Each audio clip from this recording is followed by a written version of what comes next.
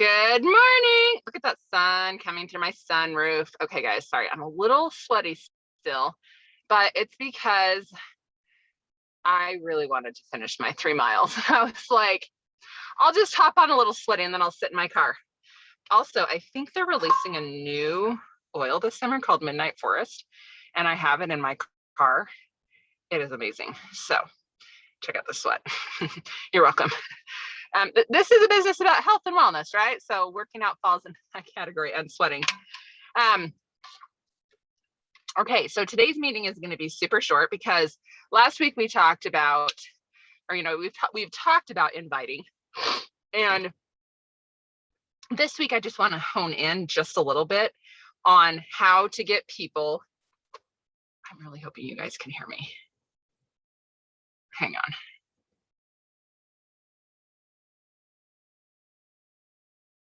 Okay.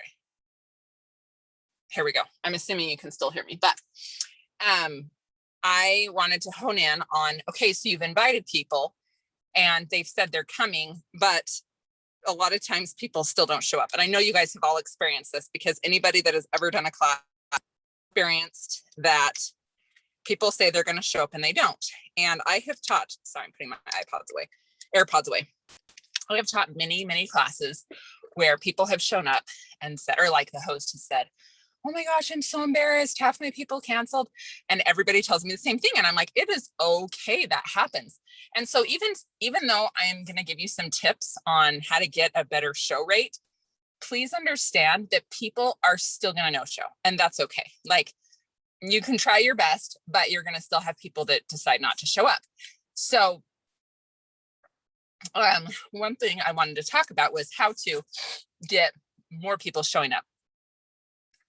So first of all, I want you to think about when you've been invited to something. Let's say your church is having a picnic and it's just announced at church, like there's no personal invite for you, but your sorry, I'm so sorry. There's no personal invite to you in particular, but it's just known that there's a church party.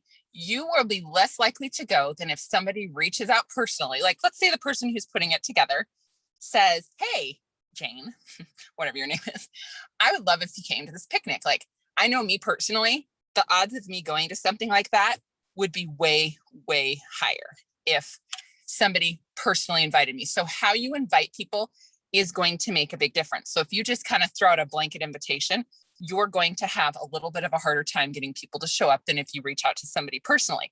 Now, the reason I say that is because once you've reached out personally, you've established this rapport with them for this event. And, it's easier to then keep reaching out and reminding them. So usually what I like to do is remind people 2 times. And, I have done a thing where you hand out an invitation and tell them that is their voucher for a free gift. So I've done that. So that can be a good way to do it.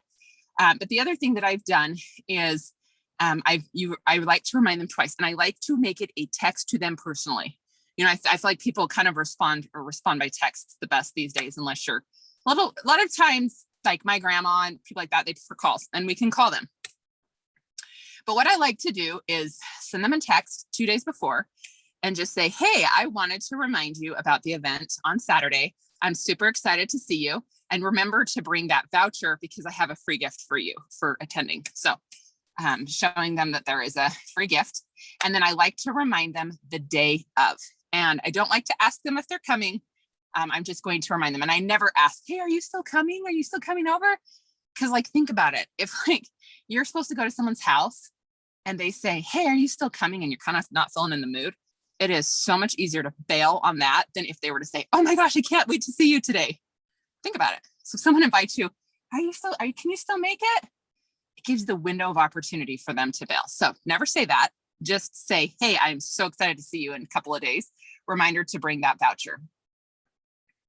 And then the day of, I like to remind them, but the way that I remind them is I'll say something like, hey, make sure to park on the left side of the street. Or truly, if you guys ever come to my house, you can't park on my street because I live by a college and there's so many college students that to protect the neighborhood, they don't want college students parking all over around our homes. And so you really can't park on the street or you could get a ticket. So I would tell somebody, hey, park in my driveway or park in the visitor parking, you know, if you have visitor parking or something like that. So, because it reminds them, but again, it's not nagging them. It's just saying, oh, or just come in through the side door. We don't really use our front door very much. Say something like that. So just give them that quick little reminder. So those are my quick, easy tips for ensuring that people show up. And again, I challenge all of you guys to get a class set up. And you could do something fun for summer because summer's coming up. And I always love to hear from you. So if you ever have any questions or comments or anything like that, please let me know.